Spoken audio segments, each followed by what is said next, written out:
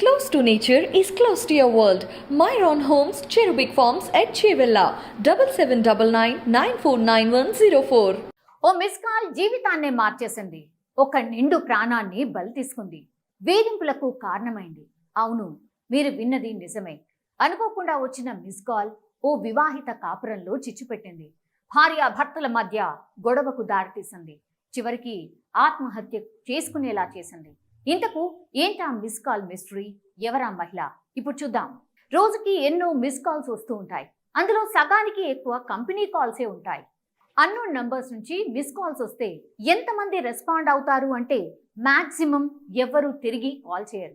ఎందుకంటే కొందరు ఆకతాయిలు సరదాగా టైం పాస్ అవ్వడానికి కాల్స్ చేసి డీటెయిల్స్ అడుగుతుంటారు. పరిచయం ఏర్పరచుకోవడానికి ట్రై చేస్తూ ఉంటారు. అలా ఒక ఆటో డ్రైవర్ నుంచి వచ్చిన మిస్ కాల్ చూసి తిరిగి కాల్ చేసింది ఆ మహిళ.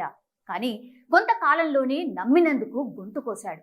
అవును, ఈ విషాదకర ఘటన వరంగల్ జిల్లాలో చోటు చేసుకుంది.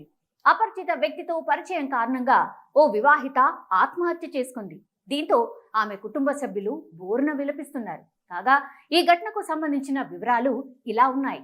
వరంగల్ నగరంలోని కరీమాబాద్కు చెందిన వివాహిత సౌజన్యకు కొద్ది రోజుల క్రితం తిరుపతి అనే వ్యక్తి నుంచి మిస్ కాల్ వచ్చింది. ఎవరో కనుక్కుందామని ఆమె తిరిగి కాల్ చేయడంతో అనుకోకుండా వారిద్దరి మధ్య పరిచయం ఏర్పడింది. కొద్ది రోజులకే ఈ పరిచయం కాస్త స్నేహంగా మారింది.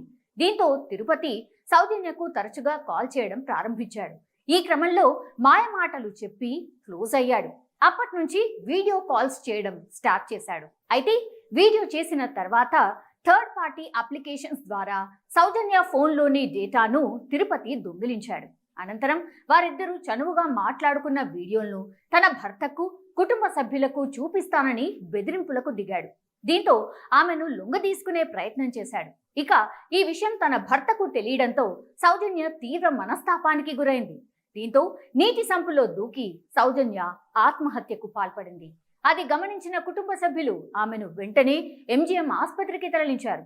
కాగా చికిత్స పొందుతూ సౌజన్య చనిపోయింది. ఈ క్రమంలో కుటుంబ సభ్యులు కన్నీటి పర్యంతమయ్యారు.